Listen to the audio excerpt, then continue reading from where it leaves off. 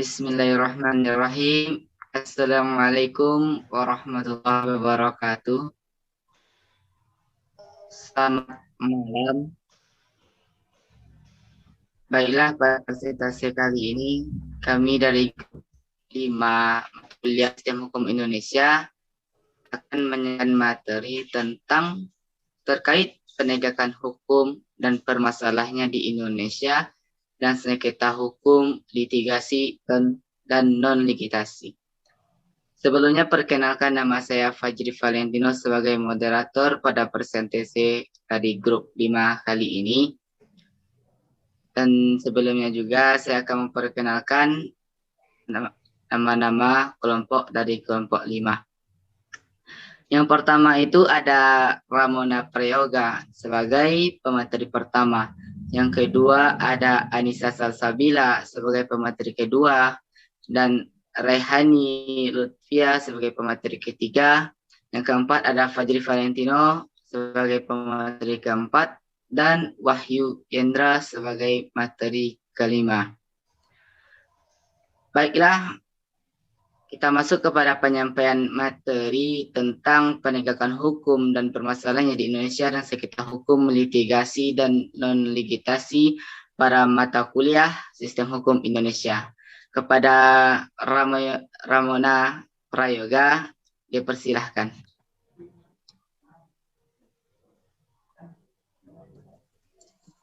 Baiklah, kita masuk materi pertama yaitu tentang penegakan hukum dan permasalahannya di Indonesia serta hukum litigasi dan non-litigasi.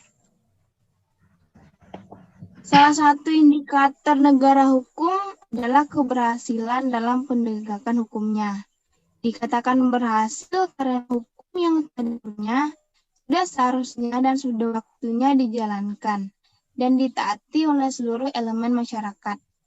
Ketiadaan dan kurang maksimalnya penegakan hukum dapat berimplikasi terhadap kredibilitas para pembentuk aturannya, pelaksana aturan, dan masyarakat yang akan terkena dampak dari aturan itu sendiri, sehingga seluruh elemen akan terkena dampaknya. Penegakan hukum adalah proses dilakukannya upaya untuk dapat tegak atau berfungsinya norma-norma hukum yang berlaku dan telah diatur sebagai pedoman perilakunya dalam lalu lintas atau hubungan-hubungan hukum dalam kehidupan manusia bermasyarakat dan bernegara. Secara luas, proses dalam penegakan hukum itu melibatkan semua subjek hukum dalam setiap hubungan hukum. Sementara secara sempit dari aspek subjeknya, maka penegakan hukum dapat diartikan sebagai upaya aparatur penegakan hukum tertentu untuk dapat menjamin dan memastikan bahwa aturan hukum itu berjalan sebagaimana mestinya. Hal ini untuk memastikan tegaknya hukum. Apabila diperlukan, maka aparatur penegak hukum dibolehkan untuk menggunakan upaya paksa. Di dalam sudut pandang objek, ada juga hukum dalam pengertian luas dan sempit. Dalam artian luas, penegakan hukum mencakup pada adanya nilai-nilai keadilan yang terkandung dalam bunyi aturan formal atau nilai-nilai keadilan yang hidup di dalam masyarakat. Hal yang berada di dalam arti yang sempit, maka penegakan hukum hanya terbatas kepada menyangkut penegakan peraturan yang formal dan tertulis saja, dan dikeluarkan oleh lembaga yang berwenang untuk mengeluarkan aturan tersebut. Menurut Profesor Dr. Surjono Sukanto, ada beberapa faktor yang mempengaruhi penegakan hukum. Yang pertama, ada faktor hukumnya itu sendiri. Hukum yang dimaksudkan adalah undang-undang atau peraturan tertulis yang berlaku umum dan dibuat oleh pemerintah. Faktor hukum yang dimaksud adalah bermula dari undang-undangnya itu sendiri yang bermasalah, yang akan berakibat kesimpangsiuran dalam penafsiran serta penerapannya sehingga pada akhirnya menimbulkan konflik. Nah, di sini aku mau nanya nih di faktor pertama. Menurut teman-teman semua, contoh undang-undang yang kayak susah untuk dimengerti itu apa sih? Misalkan kata-katanya yang sulit untuk dimengerti apa? Tahu nggak?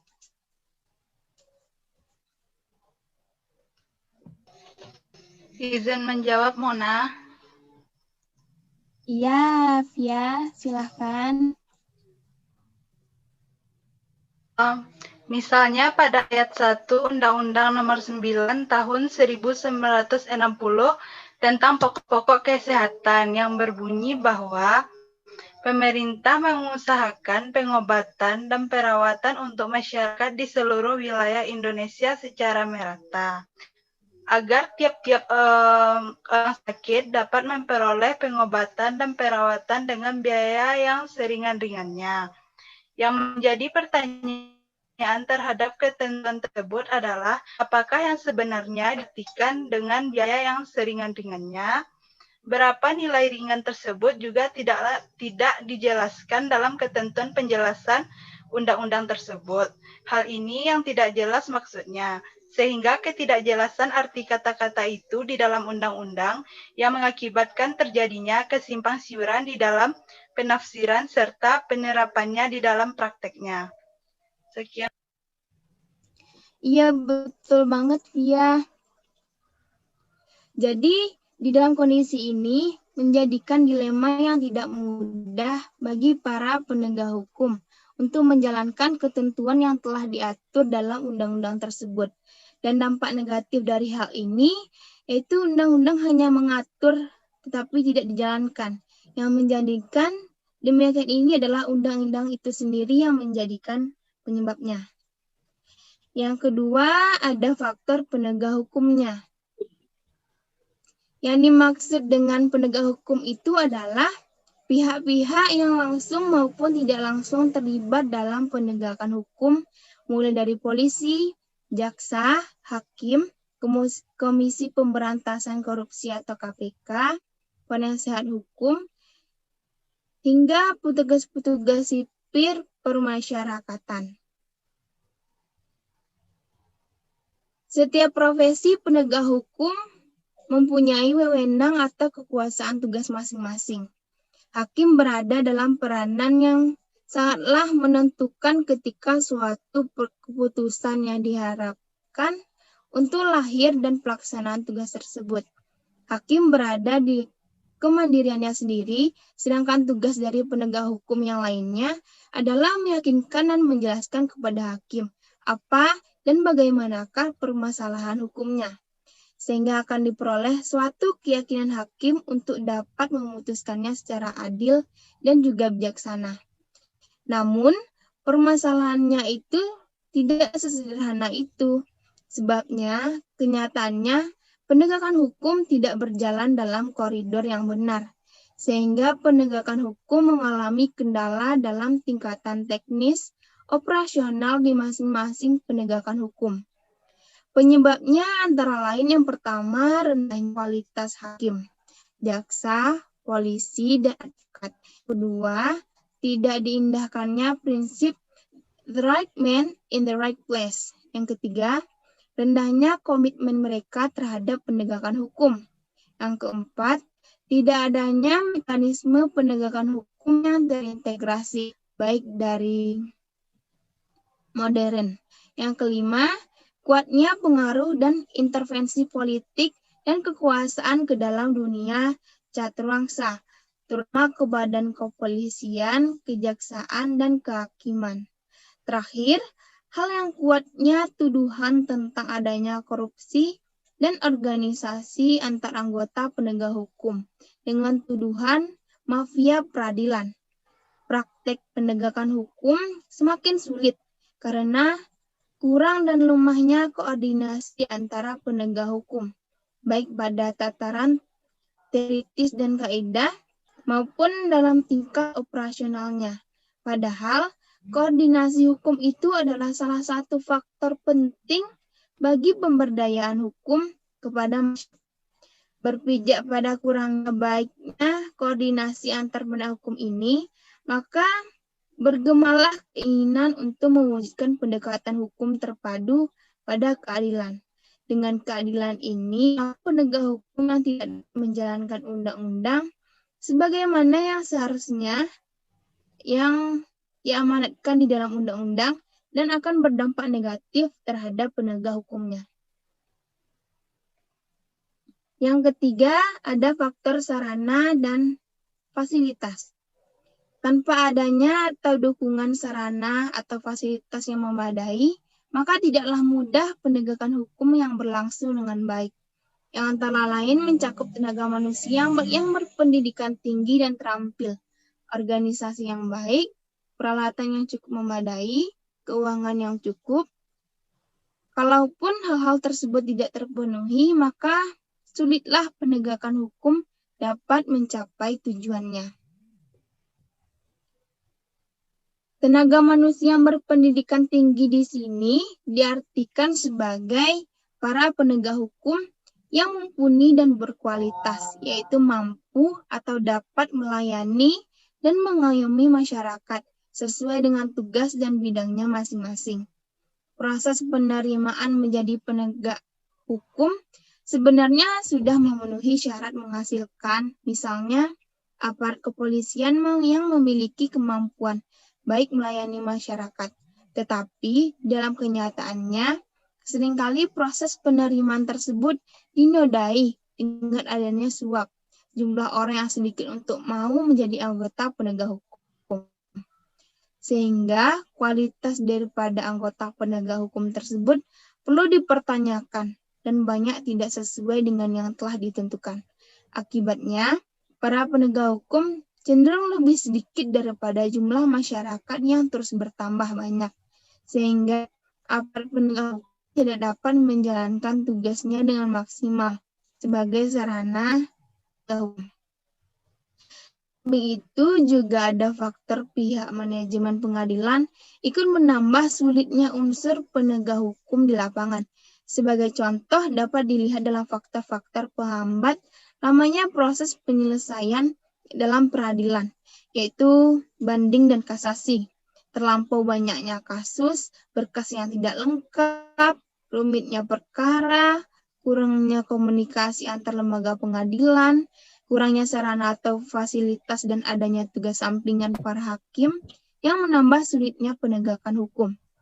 Tepatnya hambatan di dalam penyelesaian perkara hukum bukan semata-mata disebabkan karena banyaknya perkara yang harus segera diselesaikan, sedangkan waktu untuk mengadilinya dan juga usaha menyelesaikannya adalah terbatas.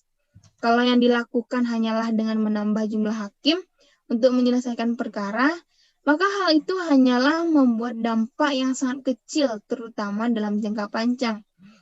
Oleh karena itu, yang perlu diperhitungkan tidak hanya biaya yang harus dikeluarkan apabila terjadi hambatan dalam perhitungan. Selanjutnya, yang keempat, ada faktor masyarakat.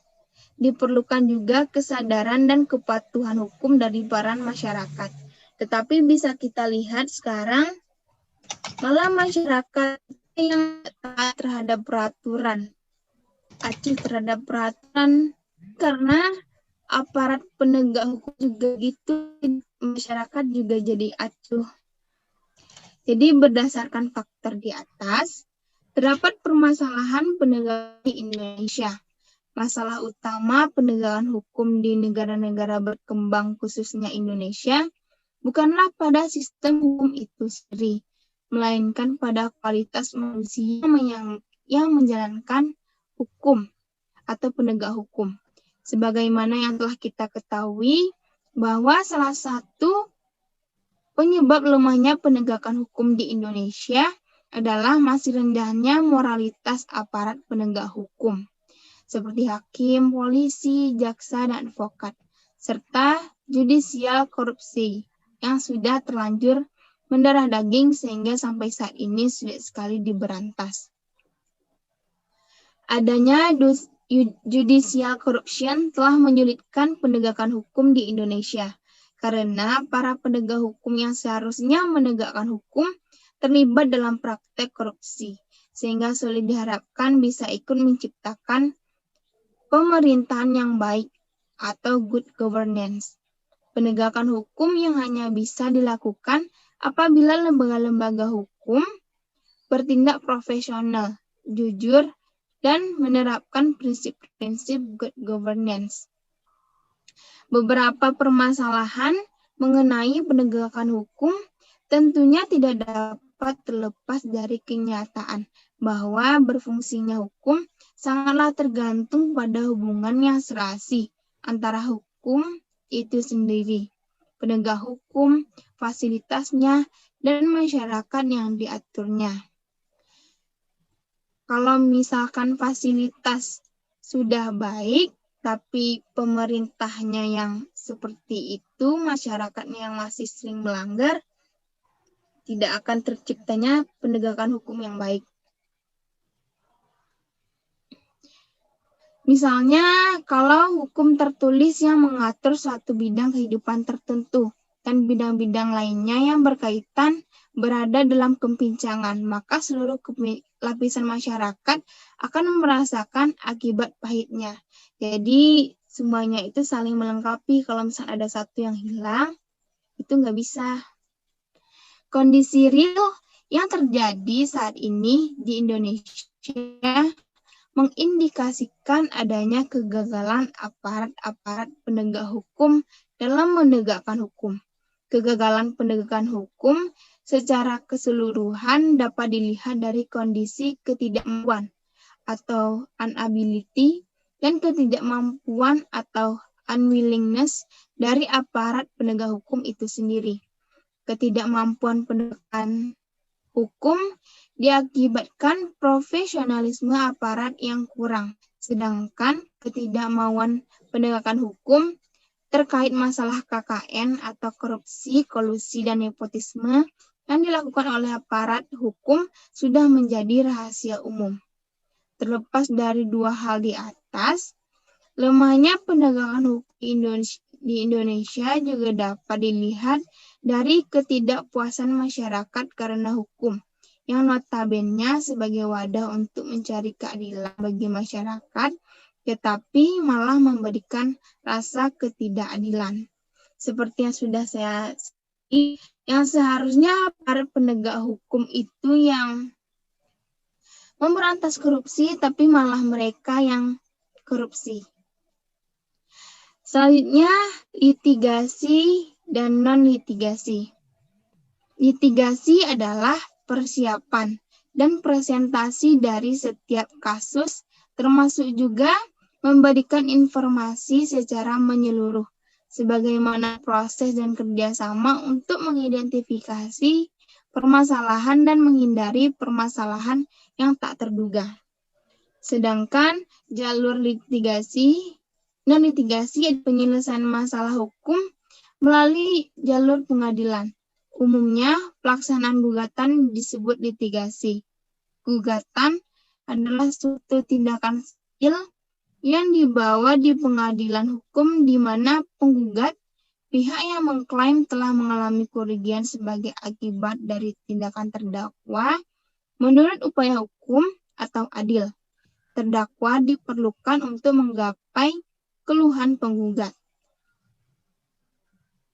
Jika penggugat berhasil, penilaian akan diberikan dalam mendukung penggugat dan berbagai perintah pengadilan mungkin dikeluarkan untuk menegakkan hak, kerusakan penghargaan, atau memberlakukan perintah sementara atau permanen untuk mencegah atau memaksa tindakan. Diselesaikan masalah hukum berpengadilan. Jalur non-litigasi ini dikenal dengan penyelesaian sengketa alternatif. Penyelesaian para dua pengadilan ini diakui di peraturan undang Indonesia.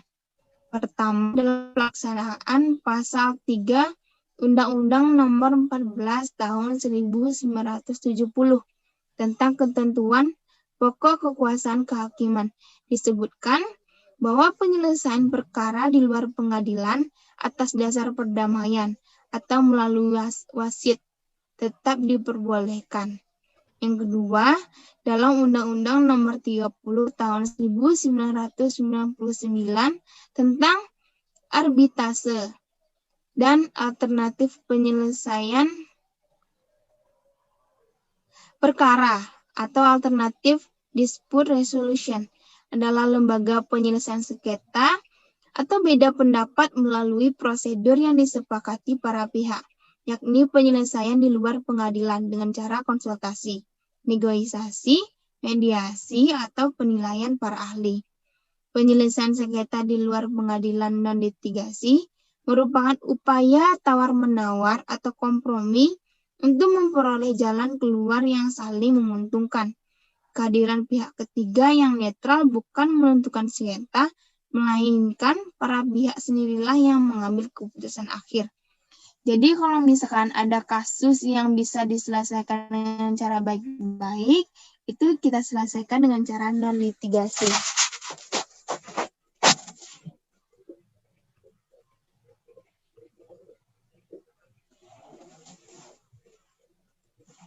Udah, moderator.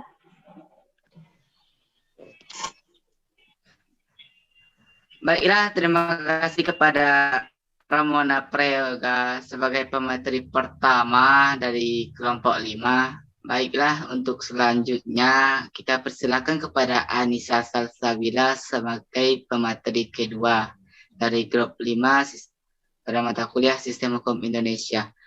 Baiklah, kepada Anissa Salsabila dipersilakan. Baiklah, terima kasih kepada moderator. Saya akan membacakan poin kedua, yaitu perbandingan dari 5 jurnal yang dipelajari, yang terdiri dari 4 jurnal nasional dan 1 jurnal internasional. Jurnal 1 yaitu Problematika Penegakan Hukum di Indonesia. Dan jurnal 2 yaitu Pemberdayaan Masyarakat dalam Mewujudkan Tujuan Hukum. Kedua jurnal tersebut memiliki pembahasan yang sama, yaitu kenapa terjadinya kelemahan dalam penegakan hukum di Indonesia. Kelemahan tersebut terjadi karena unsur dalam sistem itu sendiri dan tidak adanya perubahan di dalamnya, serta karakter bangsa Indonesia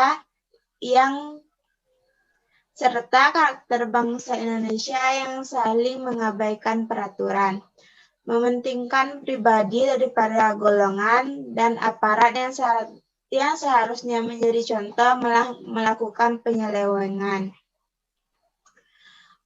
Melihat hal tersebut, masyarakat menjadi lelah dan tidak lagi percaya kepada aparat pemerintahan, sehingga mereka bersikap acuh. Jadi diperlukan perubahan yang besar terhadap penegakan hukum di Indonesia, baik dalam pelaksanaannya maupun yang diatur. Jurnal yang ketiga yaitu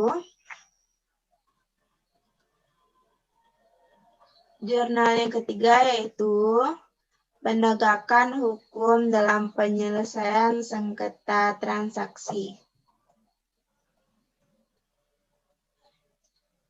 Jurnal ketiga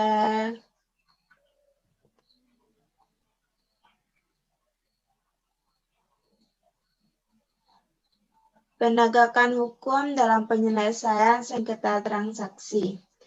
Membahas tentang upaya penegakan hukum dalam penyelesaian sengketa e-commerce yang dapat dilakukan secara preventif, yang dilakukan dengan pembentukan norma-norma yang substansinya mencegah terjadinya pelanggaran hak konsumen dalam peraturan undang-undang. Dan jurnal keempat yaitu yang berjudul Kajian Hukum tentang Penyelesaian Sengketa di Luar Pengadilan Undang-Undang Nomor 32 2009 tentang Perlindungan dan Pengelolaan Hidup. Jurnal keempat ini membahas tentang sengketa lingkungan yang dapat dilakukan dengan cara itu. Pertama, melalui litigasi atau meja hukum, dan yang kedua melalui non-litigasi atau melalui etika baik dari kedua belah pihak yang bersangkutan. Dan jurnal yang terakhir adalah jurnal internasional, yaitu Law Enforcement and Legal Reform in Indonesia and Global Context, How the Law Respond to Community Development. Jurnal ini sama dengan jurnal yang pertama dan yang kedua, yaitu membahas tentang mengenai penegakan hukum dan reformasi hukum. Di jurnal ini dijelaskan bahwa kalau diperlukan informasi hukum agar penegakan hukum berjalan baik di Indonesia. Sekian yang dapat saya sampaikan. Saya kembalikan ke moderator. Halo. Baiklah, terima kasih kepada Anissa Salsabila. Jelaskah? Jelas, Anissa. Baiklah, terima kasih kepada pemateri kedua, yaitu Anissa Salsabila. Baiklah, sekarang kita masuk kepada pemateri ketiga, yaitu disajikan oleh Rahini Lutfia. Kepada Raihani Lutfia, dipersilahkan. Baiklah, saya akan membacakan materi ketiga, yaitu isu-isu dan solusi terkait penegakan hukum dan permasalahannya di Indonesia dan sengketa hukum, litigasi, dan non-litigasi. Akhir-akhir ini banyak isu yang sedang hangat-hangatnya diperbincangkan. Salah satunya adalah permasalahan korupsi. Kasus ini seakan sudah menjadi tradisi yang mendarah daging di bangsa ini. Penyakit korupsi melanda seluruh lapisan masyarakat. Bahkan yang menjadi perhatian saat ini adalah para aparat yang seharusnya menjadi penegak dalam kasus ini juga ikut terkait di dalamnya. Salah satu lembaga yang menjadi perhatian adalah lembaga peradilan. Korupsi telah merambat dan mengotori hampir seluruh institusi penegak hukum kita di Indonesia. Misalnya saja tentang salah satunya penegakan hukum di Indonesia seperti seseorang mencuri sandal. Ia disidang dan didenda hanya karena mencuri sandal. Sedangkan bribtu yang harganya bisa dibilang murah. Sedangkan para koruptor di Indonesia bisa dengan leluasa merajalela, menikmati hidup seakan tanpa dosa, sehingga mereka memandang rendah hukum yang ada di Indonesia. Hukum di negara kita ini dapat diselewengkan atau disuap dengan mudahnya, dengan inkonsisten hukum di Indonesia. Selain lembaga peradilan, ternyata aparat kepolisian pun tidak lepas dari penyelewengan hukum. Misalnya saat terkena tilang polisi lalu lintas, ada beberapa oknum polisi yang mau atau bahkan terkadang meminta suap agar kasusnya tidak diperpanjang. Polisi pun mendapatkan keuntungan materi. Ini merupakan contoh konkret di lingkungan kita. Solusi yang dapat diberikan yaitu yang pertama yakni bagaimana sikap serta tindakan para sarjana hukum untuk lebih memperluas cakrawalanya dalam memahami atau menganalisis masalah-masalah yang terjadi sekarang ini. Di sini dibutuhkan sebuah pandangan kritis akan makna atau arti tentang penegakan hukum yang sebenarnya. Selain itu, dibutuhkan ilmu-ilmu sosial lainnya, seperti sosiologi dalam mengidentifikasi masalah-masalah sosial serta penegakan hukum yang ada di dalam masyarakat, agar dalam pembuatan hukum ke depannya dapat menjadikan kekurangan atau kegagalan di masa lalu sebagai bahan pembelajaran. Namun yang perlu diingat adalah adanya kesadaran dalam pelaksanaan hukum serta adanya keadilan tanpa memandang suku, agama, ras, serta budaya seperti yang terkandung di dalam pasal 27 ayat 1 yang berbunyi sebagai berikut.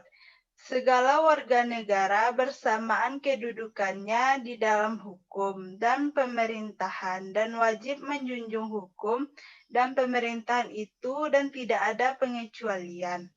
Kemudian yang kedua yaitu cara untuk menyelesaikannya berbagai masalah tersebut, yakni bagaimana tindakan para aparat penegak hukum mulai dari polisi, hakim, jaksa, serta pengacara dalam menangani setiap kasus hukum dengan dilandasi nilai-nilai kejujuran, sadar akan namanya keadilan, serta melakukan proses-proses hukum sesuai dengan aturan yang ada di dalam undang-undang negara kita.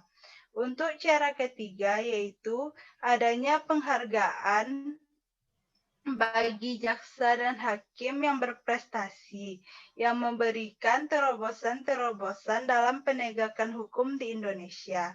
Dengan adanya penghargaan ini, diharapkan setiap jaksa maupun hakim berlomba-lomba untuk memberikan terobosan yang bermanfaat bagi penegakan hukum di Indonesia. Sebagai upaya penyelesaian permasalahan dalam penegakan hukum di Indonesia, lebih baik menggunakan penyelesaian secara litigasi melalui jalur hukum. Itu digunakan agar para yang bersangkutan jera dengan perbuatannya, agar tidak lagi mengulang kesalahan yang sama dan yang lainnya, menjadi takut untuk melakukan hal tersebut. Sekian materi 3.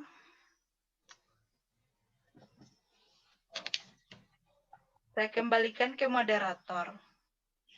Baik, terima kasih kepada Raheni Lutfia sebagai pemateri 3 yang telah menyampaikan materi. Baiklah, selanjutnya yaitu masuk kepada pemateri keempat, yaitu kepada Fajri Valentino. Kepada Fajri Valentino dipersilahkan. Baiklah, kita masuk kepada pemateri keempat, yaitu tentang masalah yang mungkin timbul di luar dari 5 jurnal yang sudah dipelajari. Baiklah, pada poin keempat ini ada 2 permasalahan yang timbul di luar 5 tentang pengawasan terkait hukum di Indonesia yang tidak akan efektif. Karena apa? Karena aparatur pemerintah hanya sibuk dengan hal-hal yang menguntungkan dirinya saja, seperti banyaknya masih maraknya korupsi yang terjadi di Indonesia yang hanya mementingkan kepentingan pribadi daripada kepentingan bersama atas asas demokrasi, yaitu tentang memikirkan soal rakyat.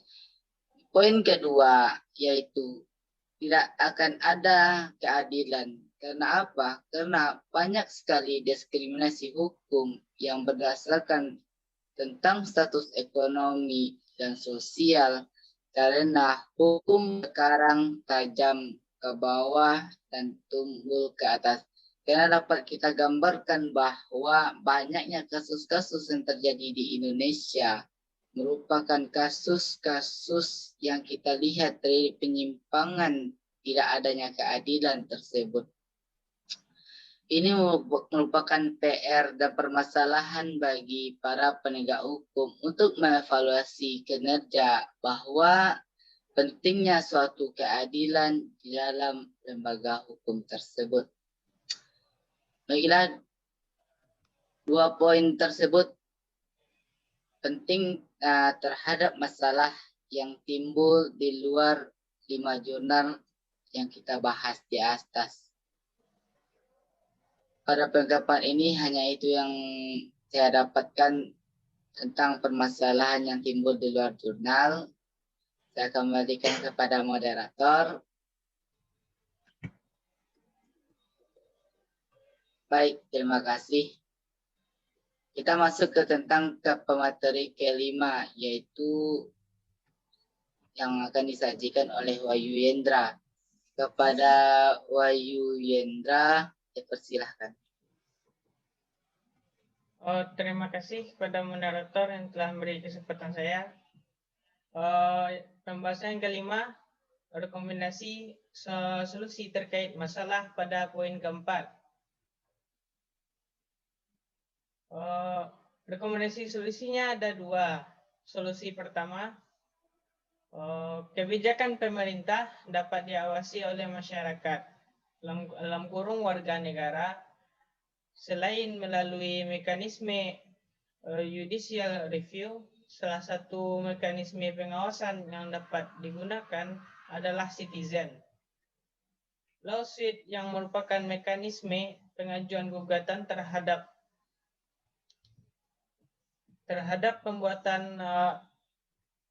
perbuatan melawan hukum dari kebijakan pemerintah. Mekanisme ini terdapat dalam sistem hukum perdata.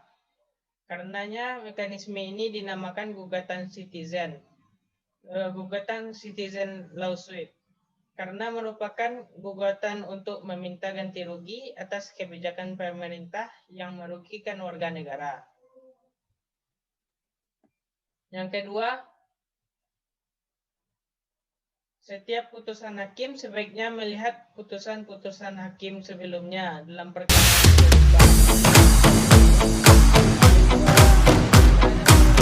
harus ditanamkan sejak di bangku pendidikan, khususnya pembentukan pola pikir, sikap, dan kebiasaan hidup jujur. Dan untuk yang ketiga, yakni adanya penghargaan bagi jaksa dan hakim berprestasi, sehingga setiap jaksa maupun hakim berlomba untuk memberikan terobosan yang bermanfaat bagi penegakan hukum di Indonesia. Jadi itulah solusi yang dapat kami berikan. Selanjutnya saya kembalikan kepada moderator. Baiklah, terima kasih kepada Wahyu Yendra sebagai pemateri kelima pada presentasi kita kali ini tentang terkait penegakan hukum dan permasalahannya di Indonesia dan sengketa hukum, litigasi dan non-litigasi. Bila dapat kita tarik benang merah, yaitu tentang kesimpulan tentang penegakan hukum dan permasalahannya di Indonesia dan sengketa hukum, litigasi dan non-litigasi, bahwa dimanapun termasuk di Indonesia, suatu penegakan hukum dapat terlaksana dengan baik jika semua unsur-unsurnya, faktornya terlaksana dengan baik. Saling bekerja sama dan tahu hak dan wewenang dan tugas masing-masing instansi pemerintahan atau penegak hukum di Indonesia. Jika salah satunya hilang, maka tidak akan terjadi suatu penegakan hukum. Maka tidak akan terbentuknya suatu solusi, yaitu tentang good governance. Jika ada suatu permasalahan, suatu sengketa, jika bisa diselesaikan secara baik-baik, maka lebih baik diselesaikan dengan cara non-litigasi. Baiklah, pada kesempatan kali ini hanya itu yang bisa kami sampaikan dari grup 5 di mata kuliah Sistem Hukum Indonesia. Saya sebagai moderator Fajri Valentino dan teman-teman yaitu Ramona Prayoga, Anissa Salsabila, Rehani Lutfia, dan Wahyu Yendra mengucapkan terima kasih atas perhatiannya, dan apabila ada kesalahan mohon maaf. Saya sebagai moderator undur diri. Assalamualaikum warahmatullahi wabarakatuh. Selamat malam. Sekian dan terima kasih.